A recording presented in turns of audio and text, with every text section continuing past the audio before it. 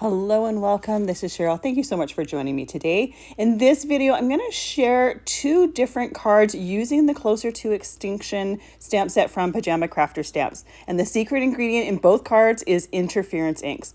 I'm going to combine that Closer to Extinction stamp set with a couple other stamp sets. Initially, I was going to use that Flip and Best one, but I changed my mind partway through. I'm going to be using the See You Soon stamp set, specifically that grass for the background.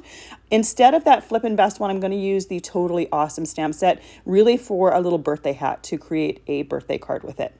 For the first card, I'm going to create a distress style background using a combination of distress inks as well as interference inks. By combining the two, we're going to have the color or a variety of color, but we're also going to have some pockets of shimmer that I think are going to look really fun. I'm working on a Tim Holtz media mat here, and I first put down some Hickory Smoke and Black Soot distress ink. Then I added a little bit of Night Sky and Regal Gray interference ink. The Night Sky is black with a gold shimmer, and Regal Gray is a gray with a purple shimmer. So I think it's going to look really fun.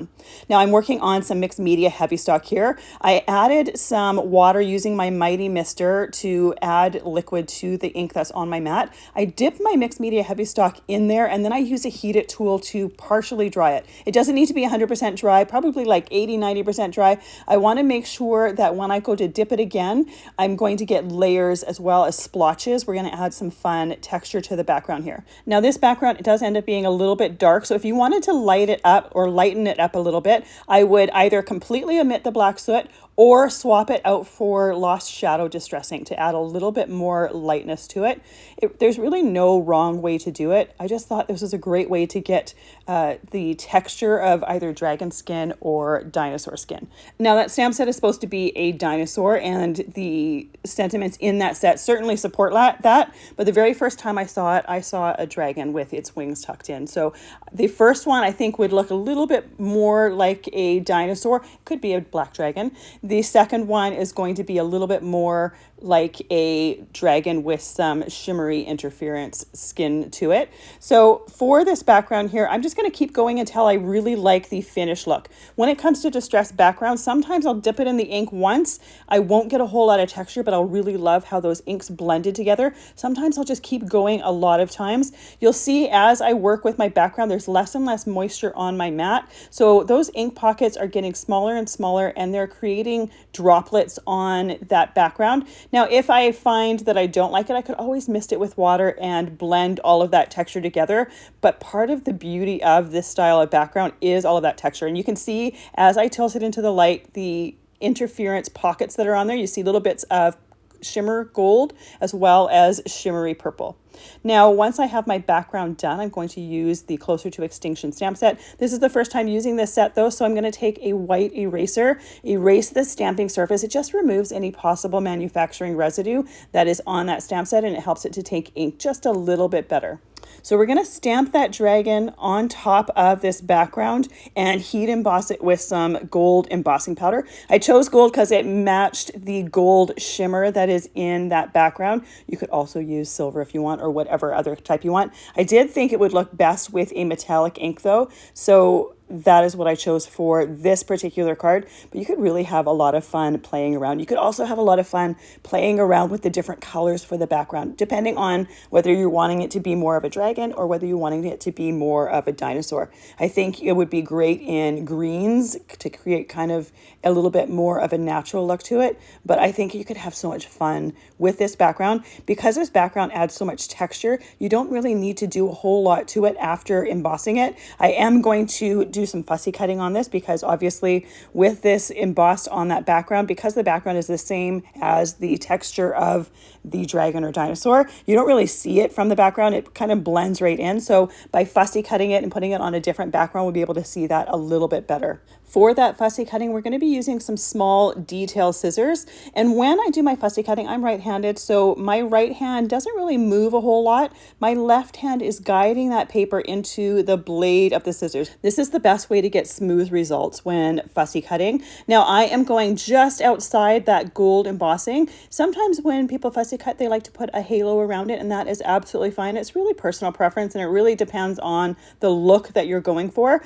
Because I'm going to be putting this on a completely different background, I thought it would look best if it was fussy cut right outside that gold embossing so that we didn't have a halo around it. Now in order to be able to see the eyes properly on him, I am going to fussy cut them out as well. I'll just use the tip of the scissors to pierce a hole in there, and then I will just going just on the inside of that gold embossing.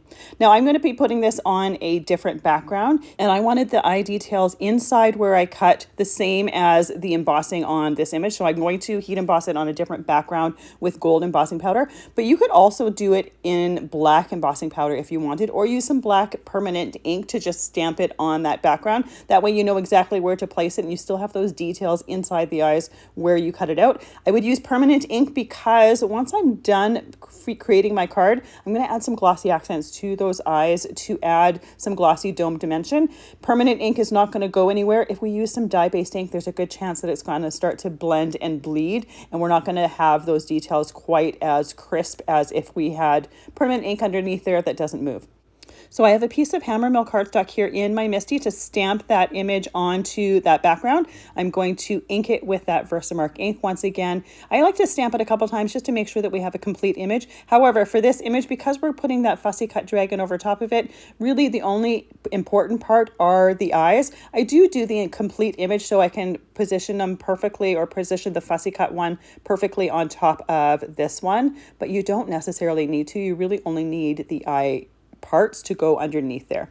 So once I've poured that embossing powder on there, I tap the excess off, use my heat tool to melt that powder. I'm also going to be using the Playful Stitches or Playful Stitch Panels die set to create some die cut layers for my cards, just to add a little bit of different interest. You don't have to use this particular die set. You could use a different layering die set, or you could just use your trimmer to create your layers for your card. I just decided that I wanted to create the layers with the Playful Stitch Panels for this card because I just really liked the different edges for them. So I'm positioning my die over top of my image using some tape to tape it in place because I want to make sure that that die isn't going to move on me as I put it through my die cutting machine. The die that I used to die cut my image is the second largest from that set. I used the largest die in that set to die cut another piece to create a mat around this one. I'm going to use some distress inks in Broken China as well as peeled paint just to add a really simple background to this. When I have an intricate image, I typically like to add really simple backgrounds to them. As I was doing that ink blending, I did ink blend right over top of the eyes where we're going to see through our fussy cut dragon. So those are going to be blue. You can choose to ink blend it, or you can choose to avoid it so that those stay white if you prefer. For my mat here, I'm using that Regal Gray Interference ink pad to smush around the outside edges. Now this particular die set has wider borders between the different sizes, so I'm making sure that I can see ink in all of those areas. I don't want to see any white cardstock, so I'm laying it on top of there while I'm doing it. Once I have this layer done, I'm going to take that Night Sky one and I'm just going to go around the edges. So for that Regal Gray, you can see the gray ink, but you can also see that purple shimmer. Around the outside edges where we rubbed that Night Sky pad, we're going to see black with that gold shimmer. So it's just going to add a different look to the mat for this. Whenever I use interference inks or a specialty type ink, I always love to use those inks on a cardstock for the mat. That way we have a perfect blend between the inks that I used in my images or on my die cuts and the mats themselves. Because some of those inks are really quite unique, it'd be really challenging to find a comparable cardstock to do as that mat. So this is the super easy solution because we already have all of those supplies out and we're not going to have to dig and try match things up. So here's the finished look. You can see those eyes are blue because of the ink blending on that background. Again, if you wanted them to be white, you could just leave that not ink blended when you're ink blending the background there. I'm going to add some glossy accents to the eyes like I mentioned before. It's just going to add some glossy dimension to them. I always love adding different textures to things. For the teeth on the dinosaur, I'm using some white enamel accents. These are also going to add some texture. It's going to change them from that distressed background to that white enamel and add that dimension to it. And I'm also going to be using some gold Nouveau drops for the claws or for the nails on the claws, just because, again, I want to add that extra little bit of texture. I think the gold gold suits the gold embossing here. You could also use black. For my next one, I do black for the claws, but for that one, I do some black embossing. So it really depends on the final look that you're going for. Now, as I said earlier, this background that I did, the distress background that I did the dragon with, it is a little bit dark. If you wanted to lighten it up, you could change that black soot pad to the Lost Shadow pad just to tone it up a little bit and not have it quite as dark. But I love the texture underneath that embossing. It's subtle, but it adds such an interesting look to it, having those little pockets of shimmer there. And again, you can pick and choose. Is this a dinosaur or a dragon? I like to think it's a dragon, but you can easily do this as a dinosaur card for a dinosaur lover. And like I said, the sentiments in this set totally support that as well. For my next card, I'm going to do a completely different technique. I'm going to start off by using a black memento pad. Now, when it comes to interference inks, they have different properties to them. They have one color that shows up on white or light cardstock and one color that shows up on black or dark cardstock. And I love playing with those properties.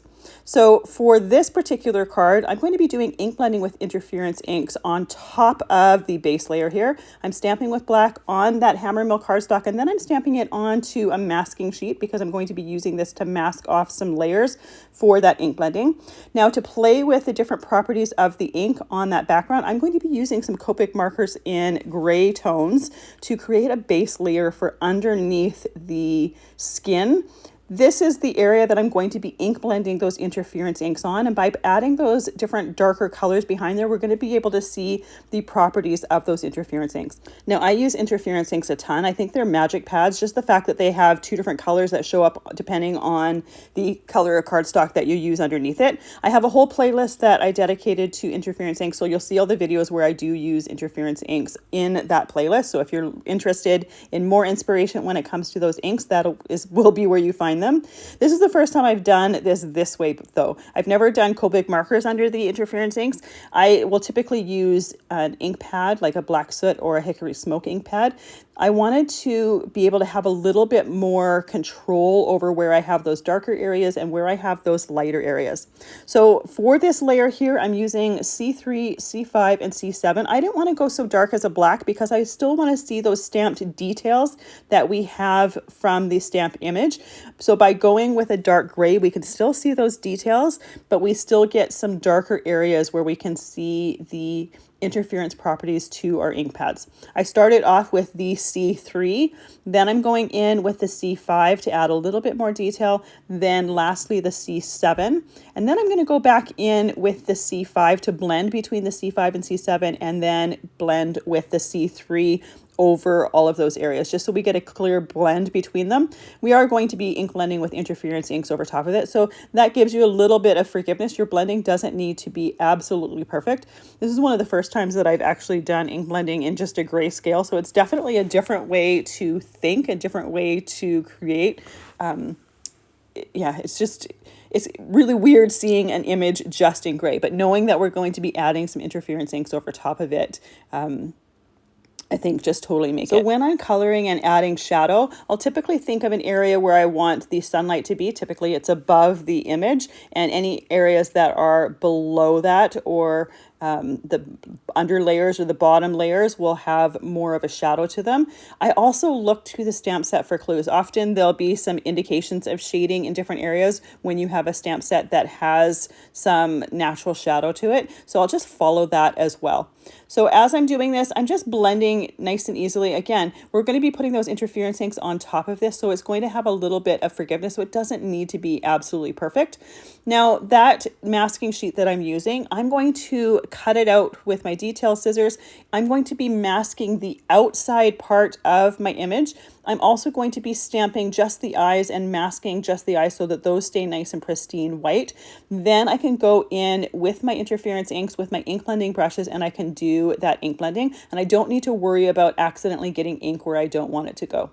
So I'm just cutting right along the line for this. Now, these masking sheets can be used multiple times if you want to. You can just keep them and use them more than once. I'm going to be using the outside part of this mask, but I'm also going to be using the inside part. I want to stamp some of that grass from the See You Soon stamp set in the background. The best way to do that is to mask my image so that I don't get any ink where I don't want it to go. So I have a scrap of that masking sheet there. I'm going to stamp just the eyes for this because I only need those eye center pieces, so we can put that on top of our image and mask on top of this. Now, I'm using some detail scissors for cutting this. You can use whatever scissors you want, but I definitely think smaller scissors give you a little bit more control. You're not going to be fighting with the blade of the scissors. And you also want to make sure that you have really sharp scissors when it comes to this. Now, the hardest part of these masking sheets is taking the backing off sometimes. There is a break in the backing, but if you're using them for a tiny image, just like these eyes, it's a little bit harder to take the backing off. But they're basically like a sheet of Post-it note. You don't have to worry about the adhesive staying on top of your image. They're just going to peel right off just like a Post-it note. The adhesive to it is strong enough to hold that sheet down, but not so much that you have to worry about taking those pieces off. So they're fantastic for doing techniques like this where you want to mask off a different area. Now, if you don't happen to have masking sheets, you could use just some printer paper and use some removable adhesive on the back. That will work as well. However, just depending on what adhesive you use, you want to be just a little bit more careful. These are definitely the easier way to go if you're doing this. To make it a little bit easier for matching up, I only took the backing off of the top part of the image. Then I could match those up and then take them off of each side of the bottom part of the image and just line up each one of those sides individually. That way I don't have the mask sitting or sticking where I don't necessarily want it to and have to keep lifting it up and touching it. So once we have that on the image, we can start using our interference inks to blend. First, I'm going to add our piece to the sticky mat to hold it in place. I have two different interference ink pads here. I have Pink Champagne and Lavender Fields. Both of them have a green interference, and I chose ones that have the same interference so that we would have the same interference color showing up on the darker parts of the image.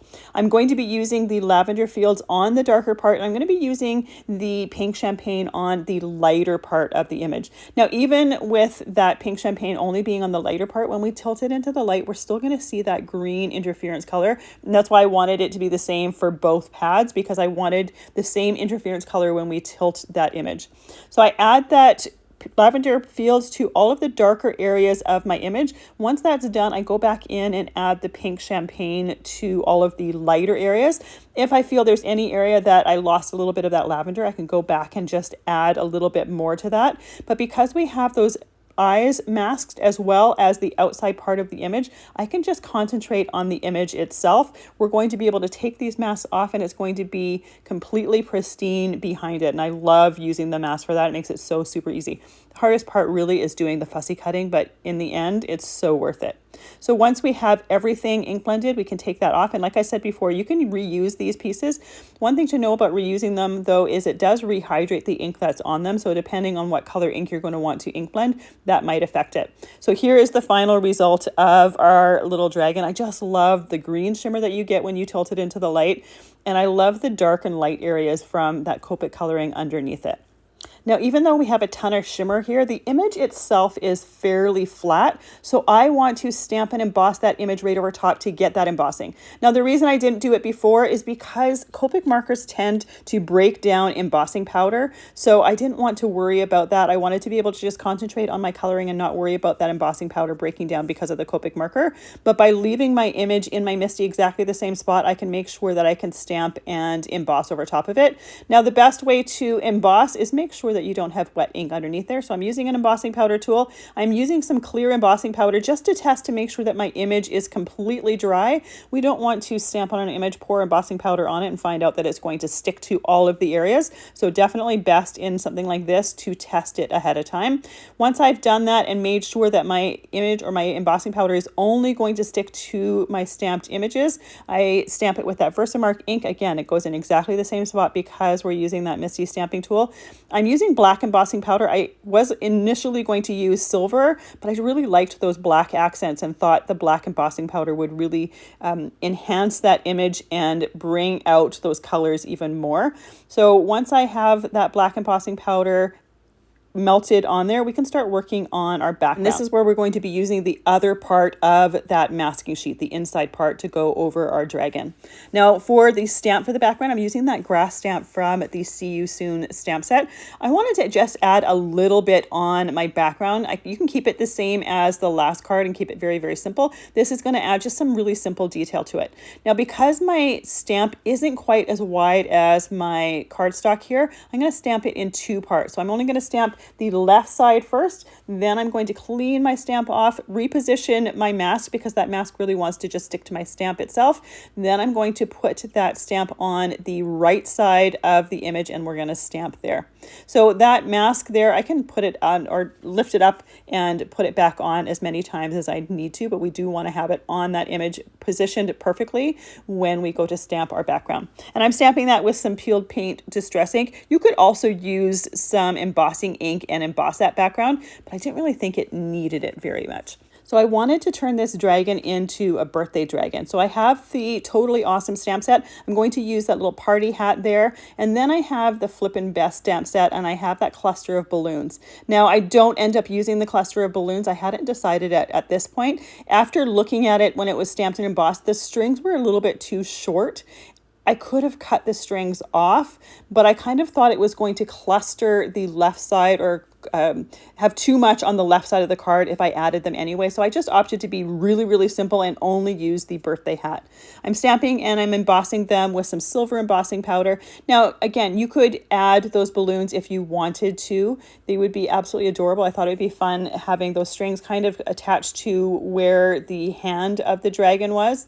But again, the strings were too short and it would kind of go in front of his face. So I just opted not to, but they would be a great way to enhance that birthday theme if you want. In the end, I just use that hat and I absolutely think it's perfect with just that hat.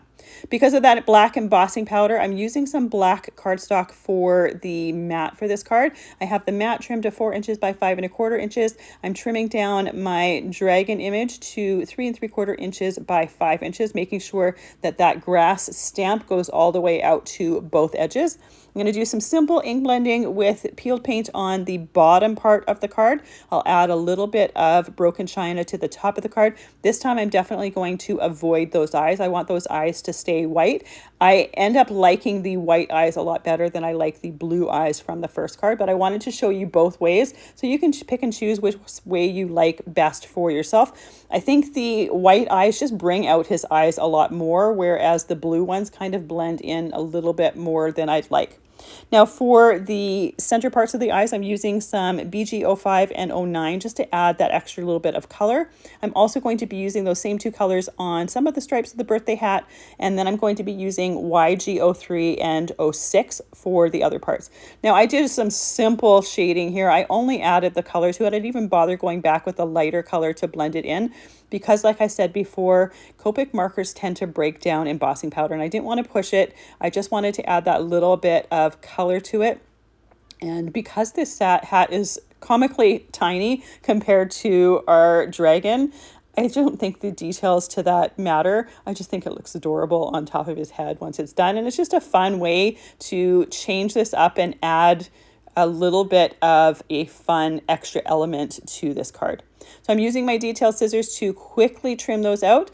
Now, once I have that trimmed out, I wanted to make this hat look like it's going behind that little ridge on his eye. So I just use my scissors just to trim a corner off. And then I'll use my liquid glue to glue that on there. I have Barely Art glue in that fine line bottle. I use it for pretty much everything. I use it to glue my cards together. I use it to glue die cuts together. It works for so many things. And I like the fact that liquid glue gives you that little wiggle room to move and shimmy things in place. I'm going to add a sentiment to this card. So I put it towards the top, towards the open space with the sky. You could also put it on the inside of the card if you wanted. I decided I wanted to heat emboss that sentiment on there to coordinate with the black embossing on our dragon. So I stamped that a couple times, making sure that we have a nice crisp image. Pour that powder on top of there, and then we can melt that powder. And like I said, there's a lot of sentiments in this set that work perfectly with dinosaurs, but I thought this one also worked a little bit with dragons. Definitely works for a birthday card. So I added my mat to my A2 card base. Then we're ready to add our image piece here. Again, using that liquid glue to glue things in place because it gives you that little bit of wiggle room to move and shimmy it in place. Now, once again, I want to add some extra dimension to this. So I'm going to add some glossy accents on top of the eyes. Anytime I do a stamped image, I always love finding different ways to add extra texture and extra dimension. So the glossy accents work perfectly for the eyes. I'm once again going to use the white enamel accents on the teeth because again, it's going to make them nice and bright white, but it's also going to add that dimension to it. I use my poker tool from my handy tool set to make sure to shape those in place and just push that enamel accents exactly where I want it to go. I also use that for putting glossy accents. If the edges aren't exactly right, you can use the poker tool from the handy tool set for that as well. Then I'm going to use the black enamel accent for the nails on, or the claws on this dragon. And once again, once I have the enamel accents on there, I'm going to use that handy tool set. I use my fingers to wipe the end off just to make sure that I don't leave any of those mediums on there to dry. We want to keep that tool nice and clean for the next time. I'll let that dry, and I let this one dry for probably a good hour. When you first put that glossy accents on there, they're kind of milky, but once it's completely dry, you can see that it's gone totally clear, but it adds a fabulous extra little bit of shine and dimension on those eyes. And I think it really takes or brings them to life. I absolutely love the shimmer you get from those interference inks on top of the Copic markers underneath there. I think the Copic markers really enhance that background as a base layer for those interference inks. And then we have our first card there with the distress style background with both the interference inks and distress inks, as well as that embossing on top of that. So you can decide whether it's a dragon or a dinosaur. I think it's absolutely adorable otherwise. You'll find all the supplies I've used listed and linked down in the description box below. Thank you so much for joining me today. I really appreciate all the time that you spend with me. I hope you have a fantastic day.